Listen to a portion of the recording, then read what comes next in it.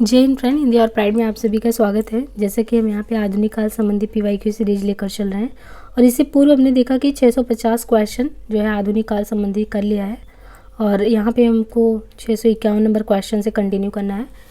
Video देखने से पहले एक बात ध्यान रखिए कि ये पीवाईक्यू सीरीज़ आपकी बहुत लंबी चलने वाली है और हम ये देखते हैं कि काफ़ी बच्चे इसको देख लेते हैं बट लाइक वगैरह बिल्कुल भी नहीं करते हैं।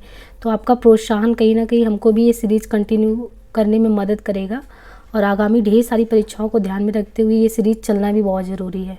तो प्लीज़ आप अपना दायित्व समझ के उसको ज़रूर करें। देखिए यहाँ से हम क्वेश्चन कंटिन्यू करते हैं कि ये सूची 1 और 2, तो यहाँ पे दिया कर्ण, कमला, औशीनरी, राहुल। तो यहाँ पे जो काव्य कृतियाँ हैं तो इसमें मिलाना है कि कर्ण, कमला, औशीनरी और राहुल ये पात्र जो है ये उर्वशी, यशोधरा, रश्मिरथी, प्रलय की छाया, कामानी किन में से हैं। तो जो कर्ण पात्र हैं ये रश्मिरथी दिनकर की रचना है, बहुत ही प्रसिद्ध रचना है कर्ण, जो उसमें मुख्य पात्र के तौर पे होते हैं। तो ये कर्ण का पात्र जो है ये रश्मिरथी से लिया गया है।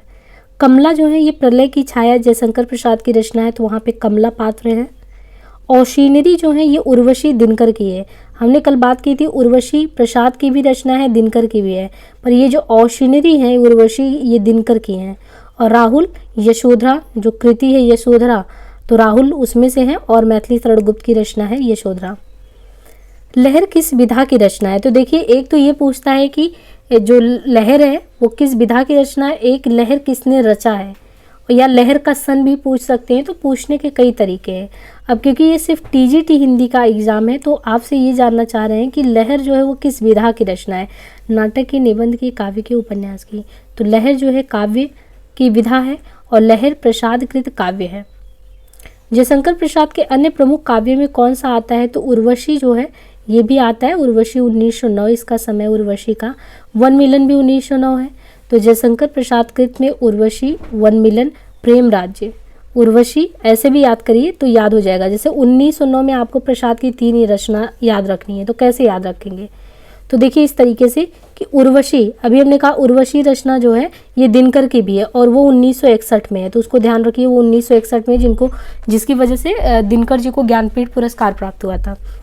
परंतु हम यहाँ पे उर्वशी बात कर रहे हैं जो काव्य कृति है प्रसाद वाली।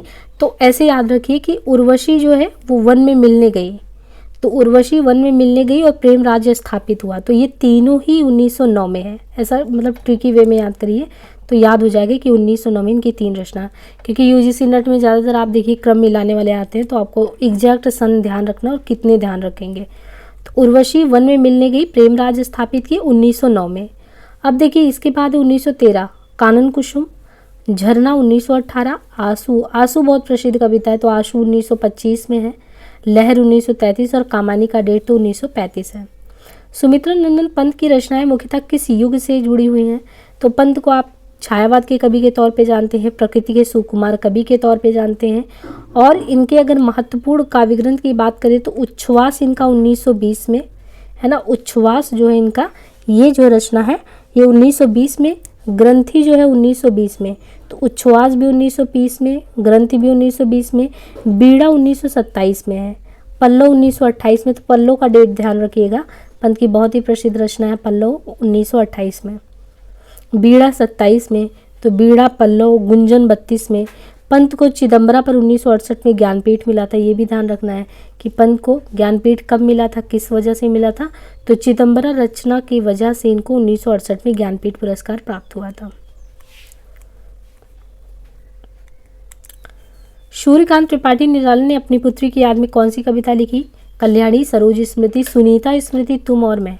तो उन्होंने सरोज स्मृति लिखा था अपनी पुत्री की याद में। सरोज स्मृति का समय भी 1935 है। कामायनी का भी देखा था हमने। निराला छायावाद की कवि, निराला की अन्य काव्य कृतियों में राम की शक्ति पूजा, देखिए बहुत ही प्रसिद्ध दोनों रचनाएं थी इनकी। सरोज स्मृति इन्होंने 35 में लिखी और 1936 में इनकी जो रचना है राम की शक्ति पूजा, तो ये 36 में लिखा गया। तुलसीदास इन्होंने लिखा था 1938 में, तुलसीदास। बाकी और भी रचनाओं में कुकुरमुत्ता, अर्चना, आराधना। इन्होंने मतवाला समन्वय पत्र का संपादन भी किया था, मतवाला समन्वय पत्र। वह आता दो टूक कलेजे का करता पछताता पद पर आता, उपयुक्त पंक्तियाँ किस कविता से है। तो ये देखिए बहुत ही भिक्षुक कविता जो है, तो ये बहुत ही प्रसिद्ध पंक्तियाँ हैं। आप कह सकते हैं कि निराला जी एक प्रगतिवादी कवि भी थे। प्रगतिशील चेतना से ओतप्रोत होकर लिखते थे। तो देखिए उन्होंने ही कहा था, वह आता दो टूक कलेजे का करता पछताता पद पर आता, उपयुक्त पंक्तियां भिक्षु कविता से। और इसके रचनाकार है निराला जी। भिक्षुक और निराला, है ना। छायावाद की प्रमुख विशेषता क्या है? छायावाद में पलायनवादी प्रवृत्ति है, संवाद कौशल, प्रकृति का मानवीकरण, यथा तथ्य निरूपण, जैसा तथ्य वैसा निरूपण। तो छायावाद की प्रमुख विशेषता प्रकृति का मानवीकरण है। मेन मुख्यतः अगर देखें तो छायावाद प्रमुखता प्रकृति का मानवीकरण करता है, प्रकृति को जीवंत कर देता है, प्रकृति में आपको अपना एक प्रतिरूप दिखता है। और अन्य विशेषताएं छायावाद के संबंध में सही नहीं है। छायावाद को देखिए रहस्यवाद भी कहते हैं, है ना। छायावाद को रहस्यवाद भी कहते हैं। और दूसरी चीज़ हमने बताया कि छायावाद को रहस्यवाद के अलावा अगर देखें तो आप कह सकते हैं कि इसमें जो है प्रकृति को मानवीकरण कर दिया गया है, प्रकृति को मानव के साथ जोड़ दिया गया है। तो ये इसकी रचना की खासियत है। चाहे आप निराला की देखें, पंत को तो प्रकृति के सुकुमार कवि के रूप में कहते ही हैं। तो ये इनकी विशेषताएं हैं। फ्रेंड्स, कुछ लोग कह रहे थे जूम करके पढ़ाइए, तो जूम करने से फट जा रहा है, कॉर्नर पे कट जा रहा है। तो एक काम कर सकते हैं, अभी तो यूट्यूब ने ये फीचर अवेलेबल कर दिया कि आप अपने ही मोबाइल में स्क्रीन को ऐसा बड़ा करके बार बार जूम करके खुद देख सकते हैं ना। तो वो आराम से आप खुद कर सकते हो, मुझे बिना जूम करे भी आप करना चाहेंगे तो कर सकते हैं। देखिए, प्रसाद की किस कृति का अन्य भाषाओं में भी अनुवाद प्राप्त हुआ है? तो प्रसाद की किस कृति का अन्य भाषाओं में भी अनुवाद हुआ है? लहर, कामायनी, झरना, स्कंदगुप्त। तो जयशंकर प्रसाद के महाकाव्य जो कामायनी, उनकी अन्य भाषाओं में, यानी कामायनी इतना प्रसिद्ध रचना हुआ, उस महाकाव्य को छायावाद का कीर्ति स्तंभ कहते हैं। शांतिप्रिय द्विवेदी ने इस महाकाव्य को छायावाद का उपनिषद कहा। तो ये भी क्वेश्चन पूछता है कि कामायनी को किसने, कामायनी महाकाव्य को जो है किसने कहा था ये छायावाद का उपनिषद है? तो इसको शांतिप्रिय द्विवेदी ने कहा था ये छायावाद का उपनिषद है। बाकी कीर्ति स्तंभ भी कहते हैं। निम्नलिखित में से कौन सा रचनाकार छायावाद के 4 स्तंभों में से नहीं है? तो छायावाद के 4 स्तंभों में देखें तो मैथिली शरण गुप्त नहीं है, द्विवेदी युगीन है, बाकी प्रसाद है, पंत, निराला है, महादेवी वर्मा है। निम्नलिखित विशेषताओं में कौन सी विशेषता छायावाद की नहीं है? प्रकृति चित्रण, वीर रस की प्रधानता, दार्शनिकता, प्रेम वर्णन। वीर रस की प्रधानता कहीं दिखती नहीं है ना। तो ओज गुण ये सब तो विद्यमान दिखेगा ही, बहुत सारी ऐसी हैं पंक्तियाँ। और वीर रस की प्रधानता, मतलब प्रधानता बोले तो उस रस की एकदम जैसे छायावाद जो समय काल चल रहा है तो उसकी एकदम खास विशेषता में आ जाता है। तो वो चीज़ें आपको वीर रस की प्रधानता यहाँ नहीं दिखती है। प्रकृति चित्रण, दार्शनिकता, प्रेम वर्णन, ये सभी विशेषता है। आड़िमा किसकी रचना है? पंत की, बालकृष्ण शर्मा नवीन की, निराला की, महादेवी वर्मा की। तो आड़िमा जो है सूर्यकांत त्रिपाठी निराला की रचना है। आड़िमा देखिए, ये एमपी असिस्टेंट प्रोफेसर 2017 में क्वेश्चन आया हुआ है। तो आड़िमा किसकी रचना है? ये निराला की रचना है। निराला की अन्य रचनाओं में आड़िमा के अलावा अनामिका भी है। अनामिका है, परिमल है, गीतिका है ना। तो अनामिका हो गया, परिमल हो गया, गीतिका हो गया, तुलसीदास हो गया, कुकुरमुत्ता हो गया, बेला हो गया, नए पत्ते। देखिए, बेला, नए पत्ते, आराधना। तो यहाँ पे अनामिका, आराधना, अर्चना, आड़िमा, कुकुरमुत्ता, तुलसीदास, बेला, गीतिका, परिमल, अनामिका, ये सभी रचनाएं। रामचंद्र शुक्ल ने छायावाद के किस कवि को मधुमयी प्रतिभा और जागरूक भावुकता कवि कहा है?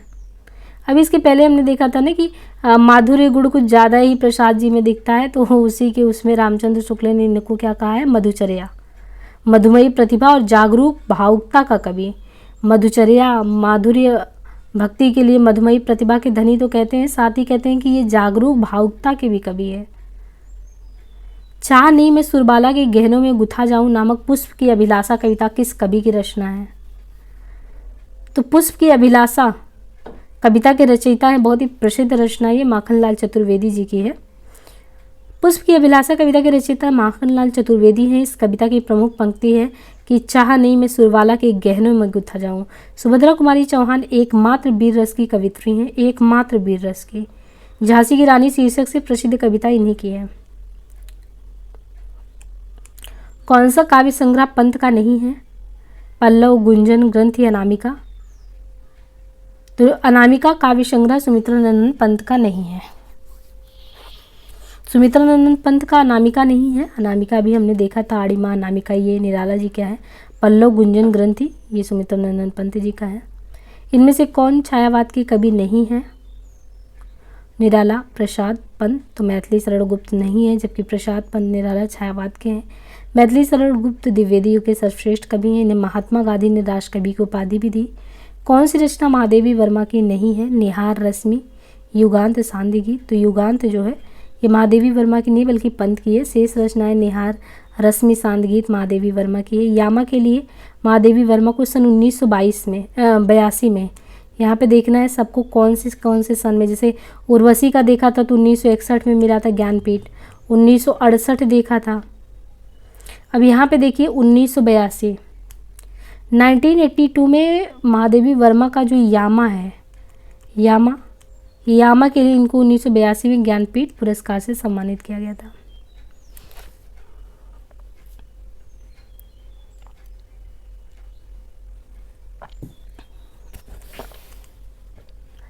निराला की किस रचना में प्रबंधात्मकता है? तो निराला की इसमें से कौन सी ऐसी रचना है जिसमें आपको प्रबंधात्मकता दिखती है? तुलसीदास, कुकुरमुत्ता, सरोज स्मृति, नए पत्ते। तो तुलसीदास काव्य रचना में प्रबंधात्मकता विद्यमान है, यानी कुकुरमुत्ता, नए पत्ते, सरोज स्मृति में नहीं। जो तुलसीदास रचना है, ये जो तुलसीदास रचना है निराला की, इसमें आपको प्रबंधात्मकता दिखता है।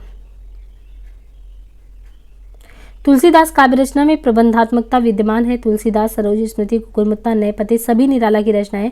तुलसीदास एक खंड काव्य है। निम्न पंक्तियों की गणना किस काव्य धारा में होती है? मेरे प्रियतम को भाता है तम के पर्दे में आना। ये रहस्यवाद, नई कविता, प्रगतिवाद, प्रयोगवाद। तो आप देखते हैं कि ज़्यादातर चीज़ें जो है रहस्यवाद में उद्घाटित करती हैं महादेवी वर्मा जी। तो मेरे प्रियतम को भाता है तम के पर्दे में आना, ये जो है इसकी गणना कहा जाए तो रहस्यवाद के तहत आती है। और ये उक्त पंक्ति आधुनिक युग की मीरा कही जाने वाली महादेवी वर्मा जी का है। न जाने ढुलक ओस में कौन खींच लेता मेरा द्रुग मौन, पंत की किस कविता की पंक्ति है? न जाने ढुलक ओस में कौन खींच लेता मेरे द्रुग मौन, पंत की किस कविता की पंक्ति है? नेझा निमंत्रण, नौका विहार, मौन निमंत्रण, जोशना। तो न जाने ढुलक ओस में कौन खींच लेता मेरा दृग मौन, ये काव्य पंक्तियां पंत द्वारा रचित मौन निमंत्रण। तो वो मौन कह भी रहे हैं और वहाँ पे मौन आया भी है। तो इनका जो काव्य है मौन निमंत्रण यहाँ से है। जबकि निशा निमंत्रण, नौका विहार, जोशना ये पंत की अन्य रचनाएं हैं। यहाँ से शुरू होता है प्रगतिवाद। जनता मुझसे पूछ रही है क्या बतलाऊं, जनकवि हूँ मैं साफ कहूँगा क्यों हकलाऊं। ये पंक्तियां हैं रामविलास शर्मा, नागार्जुन, रांगे राघव, भवानी प्रसाद मिश्र। तो इनमें से किसकी हैं? जनता मुझसे पूछ रही क्या मैं बतलाऊं, जनकवि हूँ मैं साफ कहूँगा क्यों हकलाऊं। यह कविता प्रगतिवाद के सलाका पुरुष, ये कविता है प्रगतिवाद के सलाका पुरुष कहे जाने वाले। देखिए प्रगतिवाद के सलाका पुरुष किसको कहा जाता है? नागार्जुन। तो ये कह रहे हैं कि ये पंक्तियां उन्हीं की है। ये कविता प्रगतिवाद के सलाका पुरुष कहे जाने वाले नागार्जुन जी की है। संस्कृत और मैथिली में यात्री नाम से, इनके बारे में देखिए बहुत सारी चीज़ें ध्यान रखनी है आपको कि एक तो प्रगतिवाद के सलाका पुरुष कहे जाते हैं, संस्कृत और मैथिली में ये यात्री नाम से कविताएं लिखते थे। नागार्जुन की अन्य रचनाओं में देखेंगे तो युगधारा 1953 है ना, अगर देखें तो इनकी और भी रचनाओं में अगर देखें युगधारा 1953, सतरंगे पंखों वाली 1959, तुमने कहा था 1980, प्यासी पथराई आंखें 1962, भस्मांकुर 1971, हजार हजार बाहों वाली 1981, तालाब की मछलियाँ 75। इस पर बहुत ध्यान दीजिएगा, ये क्वेश्चन लगातार पूछा जाता है सब। तो ऐसे प्रगतिवाद के सलाका पुरुष यात्री, संस्कृत और मैथिली में यात्री से लिखना। नागार्जुन की रचनाओं में युगधारा 1953, सतरंगों पंखों वाली 1959, तुमने कहा था 80, प्यासी पथराई आंखें 62, भस्मांकुर 71, हजार हजार बाहों वाली 1981, तालाब की मछलियाँ 1975।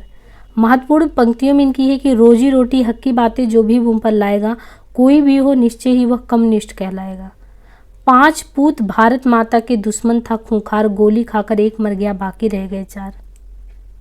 निम्नलिखित में से कौन सा काव्य संग्रह नागार्जुन का नहीं है? युग की गंगा, प्यासी पथराई आंखें, युगधारा, तुमने कहा था। तो यहाँ पे देखिए युग की गंगा काव्य संग्रह की बात कर रहा है ना कि काव्य संग्रह अगर देखें बताना है आपको, तो देखिए युग की गंगा काव्य संग्रह नागार्जुन का नहीं है बल्कि यह रचना केदारनाथ अग्रवाल का है। जहाँ पे आए युग धारा की बात नहीं कर रहा है, युग की गंगा, तो ये युग की गंगा ना ये केदारनाथ अग्रवाल का है, केदारनाथ अग्रवाल की रचना है। और केदारनाथ अग्रवाल की अन्य रचनाओं में आप देखेंगे तो नींद के बादल 1947 ईस्वी, लोक और आलोक 1957 ईस्वी, फूल नहीं रंग बोलते हैं। अब यहाँ से हम जूम तो कर रहे हैं लेकिन ये है कि आपको फट भी सकता है, ये दिखे ना। देखिए तो युग की गंगा ये नागार्जुन का नहीं है बल्कि केदारनाथ अग्रवाल का है। नींद के बादल 1947 में नींद के बादल, लोक और आलोक 1957, फूल नहीं रंग बोलते ये भी कई बार पूछा गया है। फूल नहीं रंग बोलते किसकी रचना है, तो केदारनाथ अग्रवाल की है 1965 में, फूल नहीं रंग बोलता है। आग का आईना 1970 में है, आग का आईना। और गुल मेहंदी 1978 है। पंख और पतवार 1979। और बम्बई का रक्त स्नान 1981। हे मेरी तुम 1981। मार प्यार की थापे 1981। बोले बोले बोल अबोल 1985। तो नींद के बादल, लोक आलोक, फूल नहीं रंग बोलते, आग का आईना, गुल मेहंदी, पंख और पतवार, बम्बई का रक्त स्नान, हे मेरी तुम, मार प्यार की थापे, बोले बोल अबोल। ये तो केदारनाथ अग्रवाल की रचनाएं थी। और अभी हमने देखा नागार्जुन की रचनाओं में युगधारा 1953, सतरंगे पंखों वाली 1959, प्यासी पथराई आंखें 62, भस्मांकुर 71, तालाब की मछलियाँ 75, खिचड़ी विप्लव देखा 1980, तुमने कहा था 1980, देखिए तुमने कहा था 1980, हजार हजार बाहों वाली 1981, पुरानी जूतियों का कोरस 1983। प्रगतिवाद आंदोलन के सैनिक रूप का उल्लेख किस साहित्यकार ने किया है? जो प्रगतिवादी आंदोलन था उसके सैनिक रूप का उल्लेख किस साहित्यकार ने किया है? तो प्रगतिवादी आंदोलन के सैनिक रूप का उल्लेख साहित्यकार मुक्तिबोध ने किया है। सामान्यतः ये कहा जा सकता है कि मजदूर वर्ग, दलित वर्ग एवं कृषक वर्ग की दृष्टि में, मतलब कि मजदूर वर्ग को, दलित वर्ग को और कृषक वर्ग को दृष्टि में रखकर जो साहित्य हिंदी में रचा गया उसे ही प्रगतिवाद कब कहते हैं। डॉक्टर बच्चन सिंह के अनुसार प्रारंभ में इस काव्य को प्रगतिशील काव्य भी कहा जाता था। ऐसा बच्चन सिंह कह रहे हैं कि पहले जो है इस काव्य को प्रगतिशील काव्य भी कहते थे। इसके लिए प्रगतिवाद शब्द का प्रयोग सबसे पहले किसने किया था? तो 1942 ईस्वी में मुक्तिबोध ने अपने लेख प्रगतिवाद एक दृष्टि में किया था। तो प्रगतिवाद आंदोलन को एक सैनिक के रूप में मुक्तिबोध देखते हैं। और ये जो प्रगतिवाद है उसमें मजदूर, दलित, कृषक सभी को स्थान मिला। बच्चन सिंह कहते हैं कि इस काव्य को प्रगतिशील काव्य ही कहा जाता था प्रारंभ में। बाद में प्रगतिशील काव्य की जगह इसको प्रगतिवाद कहा जाने लगा। और सबसे पहले 1942 में प्रगतिवाद किसने कहा? तो मुक्तिबोध ने अपने एक लेख प्रगतिवाद एक दृष्टि में इसको प्रगतिशील काव्य को प्रगतिवाद कहा। तुम्हें सौंपता हूँ किसकी काव्य रचना है? तुम्हें सौंपता हूँ, तो हमने अभी ऊपर देखा नागार्जुन की रचना, केदारनाथ अग्रवाल की, तो इनमें से नहीं है, बचते हैं शमशेर और त्रिलोचन। तो तुम्हें सौंपता हूँ ये त्रिलोचन शास्त्री का कविता संग्रह है। त्रिलोचन शास्त्री का जन्म 1917 ईस्वी में हुआ, सुल्तानपुर यूपी, निधन दिसंबर 2007 को गाजियाबाद में हुआ। ताप के ताए हुए दिन, देखिए ताप के ताए हुए दिन, जब बहुत ज़्यादा गर्मी लगती है तो कहते नहीं बहुत ताप हो रहा है, ताप के ताए हुए दिन चल रहा है। तो ये इनका जो है त्रिलोचन शास्त्री का 1980 में आया था प्रकाशित कविता संग्रह है ताप के ताए हुए दिन। और इन्हें 1981 ईस्वी में जो है साहित्य अकादमी पुरस्कार भी मिला। जीने की कला कविता संग्रह, देश काल कहानी संग्रह इनकी अन्य रचनाएं हैं। इन्हें आधुनिक हिंदी कविता की प्रगतिशील त्रयी में नागार्जुन व केदारनाथ अग्रवाल के साथ रखा जाता है। तो जैसे वहाँ पे हमने बृहत त्रयी, लघु त्रयी देखा था कि 3 वर्मा थे और उनको जो है भगवती चरण वर्मा, राम कुमार वर्मा, महादेवी वर्मा को लघु त्रयी में रखा गया था, फिर बृहत त्रयी में रखा गया था। तो इसी तरीके से आप यहाँ पे देखिए कि जो प्रगतिशील धारा में त्रयी हैं, 3 लोग हैं। तो प्रगतिशील के धारा में 3 त्रयी में कौन आते हैं? तो एक स्वयं नागार्जुन है, दूसरे केदारनाथ अग्रवाल हैं, तीसरे कौन है? तो तीसरे हो गए त्रिलोचन शास्त्री। त्रिलोचन हो गए, नागार्जुन, केदारनाथ, त्रिलोचन। ये क्या है? ये आधुनिक हिंदी कविता जो है उसकी प्रगतिशील त्रयी में आते हैं। नागार्जुन, केदारनाथ, त्रिलोचन। तो तुम्हें सौंपता हूँ त्रिलोचन शास्त्री की कविता संग्रह है। 1917 में जन्म हुआ, गाजियाबाद में इनका निधन। ताप के ताए हुए दिन 1980 में प्रकाशित कविता। इसी कविता संग्रह के लिए 1981 वाले के लिए साहित्य अकादमी से नवाजा गया। जीने की कला कविता संग्रह है। देशकाल कहानी संग्रह है। निम्नलिखित में से कौन सा तत्व मार्क्सवादी चिंतन के पक्ष में नहीं है? आधार और अधिरचना, प्रतिनिधि मात्र, वर्ग संघर्ष, यांत्रिक भौतिकवाद। तो यांत्रिक भौतिकवाद तत्व मार्क्सवादी चिंतन के पक्ष में नहीं, जबकि आधार और अधिरचना, आधार, अधिरचना, प्रतिनिधि, वर्ग संघर्ष, ये सभी तत्व हैं। कार्ल मार्क्स की साम्यवादी विचारधारा ही मार्क्सवादी विचारधारा के नाम से जानी जाती है। बादल को गिरते देखा कविता से संबंधित सही तथ्य है। नागार्जुन को कालिदास के मेघ का पता ठिकाना मालूम था, इसलिए उन्होंने ऐसा गाना गाया। नागार्जुन का बादल कल्पना प्रसूत नहीं है, उसमें उज्जैनी के जीवन का यथार्थ वर्णन है। इसमें किन्नर किन्नरियों के स्वच्छंद जीवन के अनुभवात्मक चित्रण जो है वो प्रस्तुत है। तो देखिए, जो इन्होंने एक कविता है इनकी, बादल को घिरते देखा है, अमल धवल के गिरि शिखरों पर। तो ये बादल को घिरते देखा कविता से संबंधित सही तत्व विकल्प 2 और 4 है। नागार्जुन का बादल जो है ना, ये कल्पना प्रसूत नहीं है और इसमें किन्नर किन्नरियों के स्वच्छंद जीवन के अनुभवात्मक चित्रण है। नागार्जुन को प्रगतिवाद का सलाहकार पुरुष कहा जाता है। ये राजनीतिक कवि के रूप में भी जाने जाते हैं। बच्चन सिंह ने नागार्जुन की कविताओं को नुक्कड़ कविता कहा है। तो देखिए, इनकी कविता को, नागार्जुन की कविता को बच्चन सिंह ने कहा ये नुक्कड़ की कविता है। बाबा नागार्जुन को आधुनिक हिंदी साहित्य का कबीर भी कहा जाता है। इनमें मैथिली भाषा में पत्रहीन नग्न गाछ शीर्षक से, यानी बाबा नागार्जुन ने मैथिली भाषा में इन्होंने पत्रहीन नग्न गाछ शीर्षक से काव्य लिखा। इसमें 52 कविताएं संकलित हैं। पत्रहीन नग्न गाछ, इसमें 52 कविताएं संकलित हैं। इस कृति पर सन 1968 ईस्वी में साहित्य अकादमी में मिला था। ये पत्र नग्न गाछ की वजह से 1968 में इनको इसी पर साहित्य अकादमी पुरस्कार भी मिला। ये संस्कृत और मैथिली में यात्री उपनाम से कविता लिखते थे। इनका मूल नाम वैद्यनाथ मिश्र था।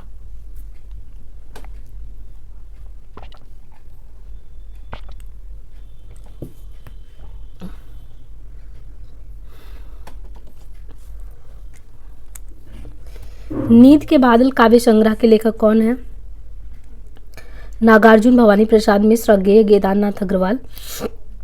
तो नींद के बादल 1947 ईस्वी केदारनाथ अग्रवाल का काव्य संग्रह है। नींद का बादल 1947 में, नींद के बादल 1947 ईस्वी केदारनाथ अग्रवाल का काव्य संग्रह है। केदारनाथ अग्रवाल प्रगतिवादी कवि हैं। युग की गंगा 1947 ईस्वी, फूल नहीं रंग बोलते 1965, अपूर्वा 1984, जो शिलाएं तोड़ते 1985 इनके प्रमुख काव्य संग्रह हैं। नागार्जुन के प्रमुख काव्य संग्रह युग धारा 1953, सतरंगे पंखों वाली 1959, प्यासी पथराई आंखें 1962 आदि है। वह चिड़िया जो कविता के रचयिता हैं, वह चिड़िया जो कविता के रचयिता कौन है? कुंवर नारायण, सुभद्रा कुमारी चौहान, सुमित्रा नंदन पंत, केदारनाथ अग्रवाल। वह चिड़िया जो कविता के रचयिता केदारनाथ अग्रवाल हैं, नाम ही है वह चिड़िया जो कविता के रचयिता। केदारनाथ अग्रवाल की काव्य रचनाओं में युग की गंगा 1947, इनकी युग की गंगा 1947 में, फूल नहीं रंग बोलते 1965 में, हे मेरी तुम 1981, अपूर्वा 1984, पुष्पदीप 1994। सुभद्रा कुमारी चौहान की काव्य रचनाओं में मुकुल, त्रिधारा, विखरे मोती, उन्मादिनी, सीधे सादे चित्र आदि। सुमित्रा नंदन पंत की काव्य रचनाएं हैं युगवाड़ी 1939, बीड़ा 1927, पल्लव 1928, ग्रंथि 1920, गुंजन 1932 और ग्राम्या 1940। कुंवर नारायण की रचनाओं में देखें तो चक्रव्यूह 1956, परिवेश, हम तुम 1961, हाशिए के बहाने 2009, कविता के बहाने 1993, इन दिनों 2002। कितना सौभाग्यशाली है वह समुद्र जिसे पर्वतराज हिमालय की इन 2 बेटियों को हाथ पकड़ने का श्रेय मिला है। कितना सौभाग्यशाली है वह समुद्र जिसे पर्वतराज हिमालय की इन 2 बेटियों को हाथ पकड़ने का श्रेय मिला है। प्रस्तुत पंक्ति में निहित इन 2 बेटियों का वर्णन किन 2 नदियों के बारे में है? तो ये जो पंक्तियां कही गई हैं, प्रस्तुत पंक्तियां, नागार्जुन ने अपनी रचना हिमालय की बेटियों में सिंधु और ब्रह्मपुत्र नदियों का अद्भुत वर्णन किया है। हिमालय की सिंधु और ब्रह्मपुत्र नदियों का अद्भुत मानवीकरण करते हुए प्रस्तुत किया। नागार्जुन का वास्तविक नाम वैद्यनाथ मिश्र था। युगधारा 1953 में, सतरंगे पंखों वाली 1959 में, भस्मांकुर 1971 में, तुमने कहा था 1980, पुरानी जातियों का कोरस 1983। मार्क्सवादी चिंतन से प्रभावित हिंदी की प्रमुख साहित्य परंपरा है। देखिए कौन सी हिंदी की साहित्य परंपरा जो मार्क्सवादी चिंतन से प्रभावित है, तो नई कविता, प्रयोगवाद, छायावाद, प्रगतिवाद। तो मार्क्सवादी चिंतन से अगर देखिए प्रभावित हिंदी की प्रमुख साहित्य परंपरा है प्रगतिवाद है। प्रगतिवाद जो है मार्क्सवादी चिंतन से प्रभावित हिंदी की प्रमुख साहित्य परंपरा है। सन 1935 में अगर देखें तो सन 1935 ईस्वी में पेरिस में E.M. फोस्टर ने, ये भी नाम आता है किसने वो किया था, E.M. फोस्टर।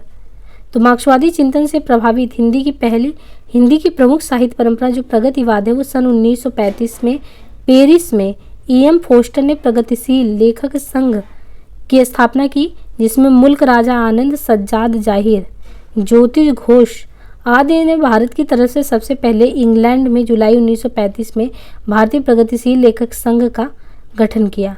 देखिए 3 नाम आता है इसमें, आपको प्रगतिशील उसमें देखना पड़ेगा। एक मुल्क राज आनंद करके हैं ये, दूसरे हैं सज्जाद जाहिर, और यहाँ पे तीसरा नाम भी दिया है ज्योति घोष। तो करें मार्क्सवादी चिंतन से जो भी प्रभावित है हिंदी के परंपरावादी प्रगतिवादी साहित्यकार, तो 1935 में पेरिस में E.M. फोस्टर जो थे, E.M. फोस्टर इन्होंने प्रगतिशील लेखक संघ की स्थापना की, और यहाँ से मुल्क राज आनंद, सज्जाद जाहिर, ज्योति घोष, ये लोग भी सर्वप्रथम इंग्लैंड में जुलाई 1935 में भारतीय प्रगतिशील लेखक संघ का गठन किए। लखनऊ में ये अप्रैल 1936 में प्रगतिशील लेखक संघ की स्थापना हुई, और उसका पहला अधिवेशन के समय जो हिंदी में प्रगतिवादी आंदोलन की शुरुआत होती है, इस अधिवेशन के अध्यक्ष मुंशी प्रेमचंद थे। प्रगतिवाद का सैद्धांतिक आधार मार्क्स का द्वंद्वात्मक भौतिकवाद है। सैद्धांतिक देखें तो द्वंद्वात्मक भौतिकवाद है। राजनीति के क्षेत्र में जो समाजवाद या साम्यवाद है, साहित्य के क्षेत्र में वही, मतलब राजनीति में अगर जिसको आप समाजवाद कहें या साम्यवाद, वही साहित्य के क्षेत्र में प्रगतिवाद है। वैद्यनाथ मिश्र किस कवि का वास्तविक नाम है, तो नागार्जुन का वास्तविक नाम वैद्यनाथ मिश्र है। तो ये क्वेश्चन है कि वैद्यनाथ मिश्र जो है ये किसका नाम है, तो नागार्जुन का जो है वास्तविक नाम देखें तो ये वैद्यनाथ मिश्र है। गांव में इन्हें ठक्कर मिसिर नाम से भी बुलाते थे। वैद्यनाथ मिश्र जी को क्या नाम से गांव वाले बुलाते थे, गांव में ठक्कर मिसिन, है ना, तो ये भी आ सकता है। ठक्कर मिसिन से किसको बुलाते, ठक्कर मिसिर। नागार्जुन संस्कृत में मैथिली में यात्री उपनाम से लिखते थे। इनकी प्रमुख कृतियाँ थी युगधारा 1953, सतरंगो पंखवाली 1959, तुमने कहा था 1981, प्यासी पथराई आंखें 62, भस्वांकुर, हजार बाहों वाली 81, तालाब की मछलियाँ 75। यहाँ पे प्रमुख कवि और उनके उपनाम दिए गए हैं, जैसे धूमिल का वास्तविक नाम सुदामा पांडे है। मुक्तिबोध का गजानन माधव है। त्रिलोचन का वासुदेव सिंह है। तो त्रिलोचन का अगर वास्तविक नाम देखेंगे तो वासुदेव सिंह है। मुक्तिबोध का गजानन माधव है। धूमिल का सुदामा पांडे है।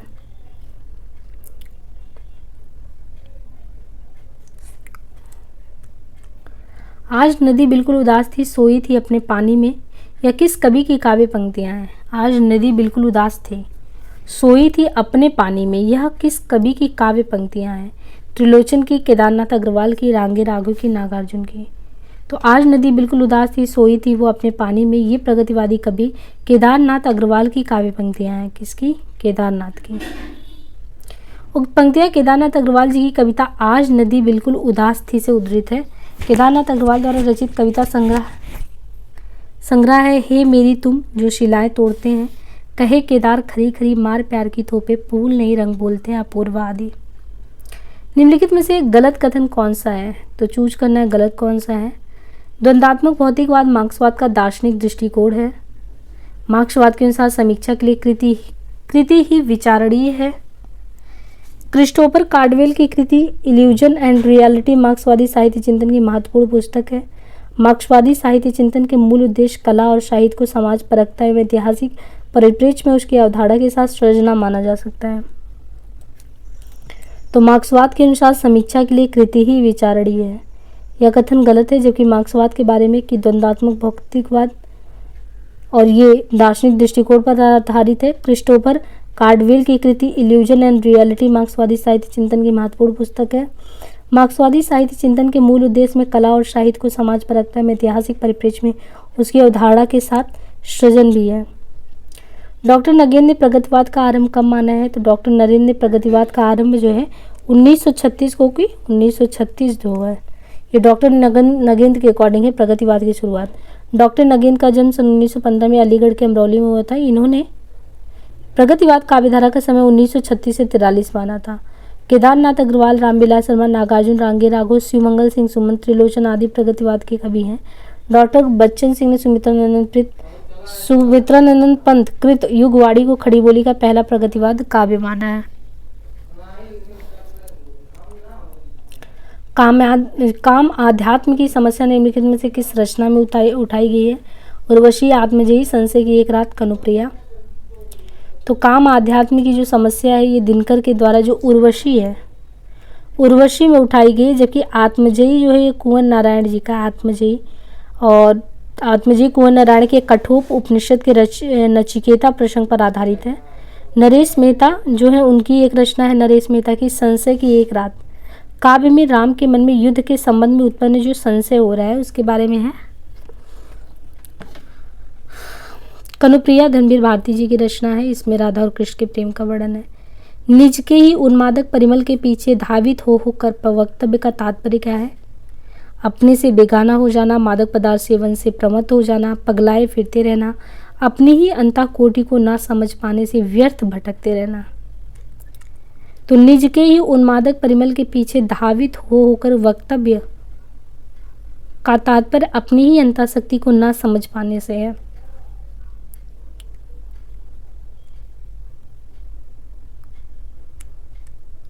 फूल नहीं रंग बोलते हैं किसकी काव्य संग्रह है? रांगे राघव, नागार्जुन, सुमन, केदारनाथ अग्रवाल।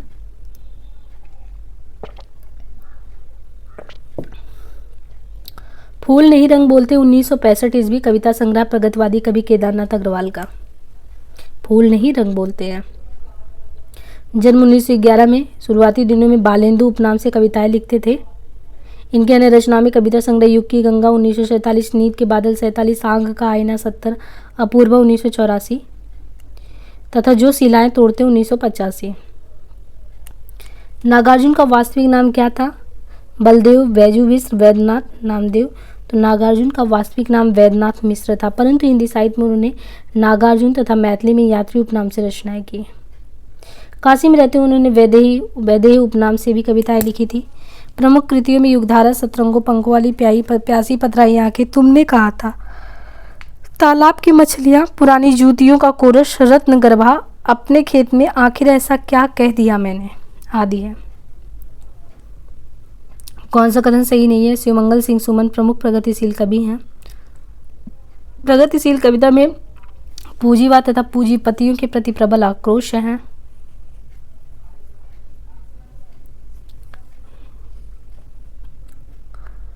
वर्ग संघर्ष को प्रगतिशील कवियों ने हानिकारक बताया। सर्वहारा वर्ग के प्रति प्रगतिशील कवियों की पूर्ण सहानुभूति है।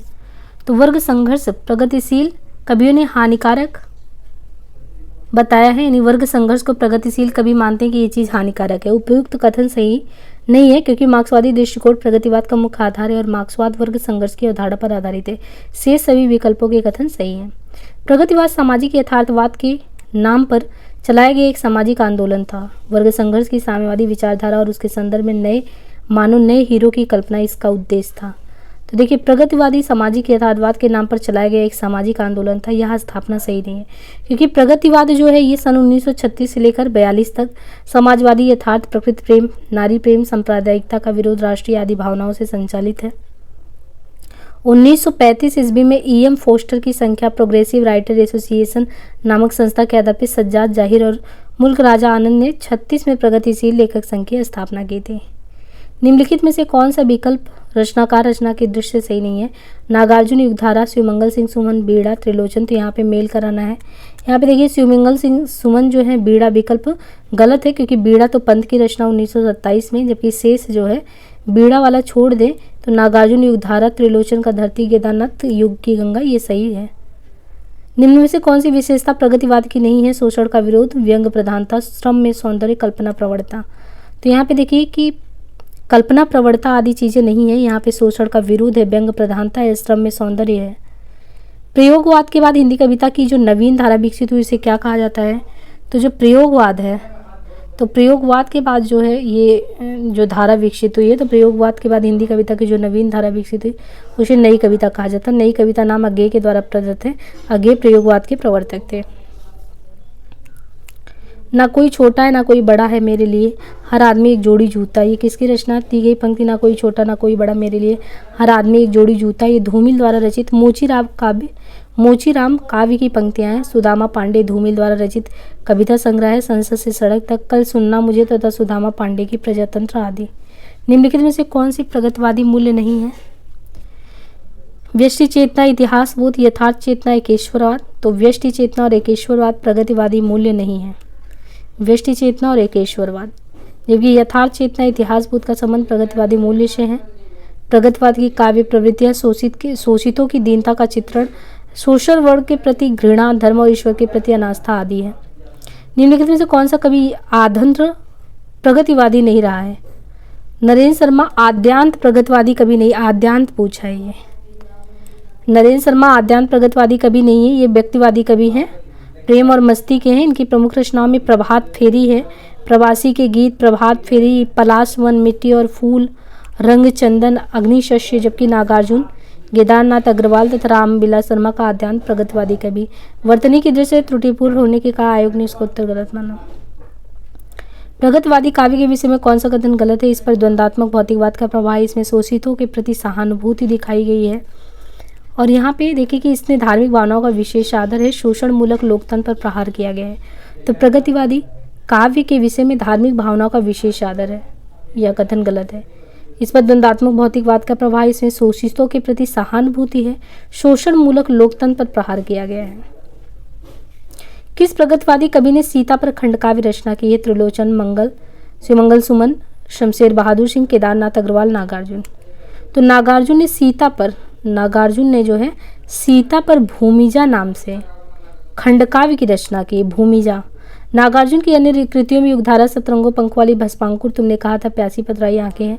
शमशेर बहादुर सिंह के चर्चित काव्य संग्रह में कुछ कविताएं, कुछ और कविताएं, चुका भी हूँ नहीं मैं सुकून की तलाश, युग की गंगा, नींद के बादल, लोक और आलोक, फूल नहीं रंग बोलते, अपूर्वा आदि कृतियां केदारनाथ अग्रवाल की हैं।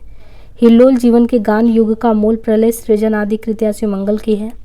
धरती, दिंगत, ताप के ताए हुए दिन आदि कृतियां त्रिलोचन की हैं। असर्शन एंड रीजनिंग में है कि प्रगतिवाद की मूल स्थापना सैद्धांतिक रूप से देखें तो ये प्रगतिशील ही है।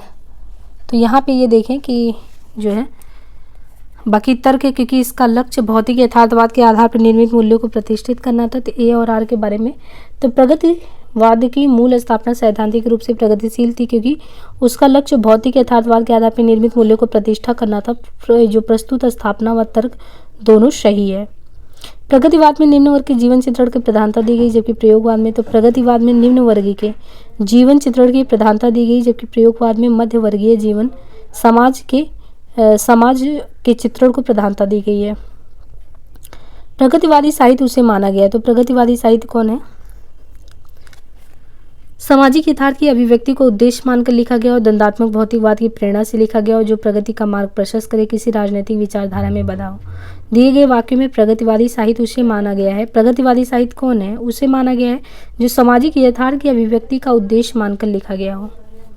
प्रगतिवादी साहित्य मूलतः द्वंदात्मक भौतिकवाद की प्रेरणा से लिखा गया है, मार्क्सवाद की धारणा को लेकर चलने वाला साहित्य है। इसमें पूंजीवाद समाज का पुरजोर विरोध साहित्य के माध्यम से है। निम्नलिखित में से कौन सी नागार्जुन की रचना नहीं है? हजार हजार बाहों वाली, पुरानी ज्योतियों का कोरस, खिचड़ी विप्लव देखा हमने, फूल नहीं रंग बोलते हैं। तो ये जो फूल नहीं रंग बोलते हैं ना, ये नागार्जुन की नहीं, केदारनाथ अग्रवाल की है। युगधारा, सतरंगों, पंखों वाली, प्यासी पतराई आंखें, भस्मांकुर, तालाब की मछली, खिचड़ी विप्लव देखा है, तुमने कहा था, हजार हजार बाहों वाले, पुरानी ज्योतियों का कोरस, ये सब है नागार्जुन की। और केदारनाथ अग्रवाल की है युग की गंगा, नींद के बादल, लोक आलोक, फूल नहीं रंग बोलते, आँख का आईना, गुल मेहंदी, पंख और पतवार, बम्बई का रक्त स्नान, हे मेरी तुम, मार प्यार की थापी इत्यादि। तो बाकी हम नेक्स्ट पार्ट में देखेंगे। आज के लिए इतना ही, धन्यवाद।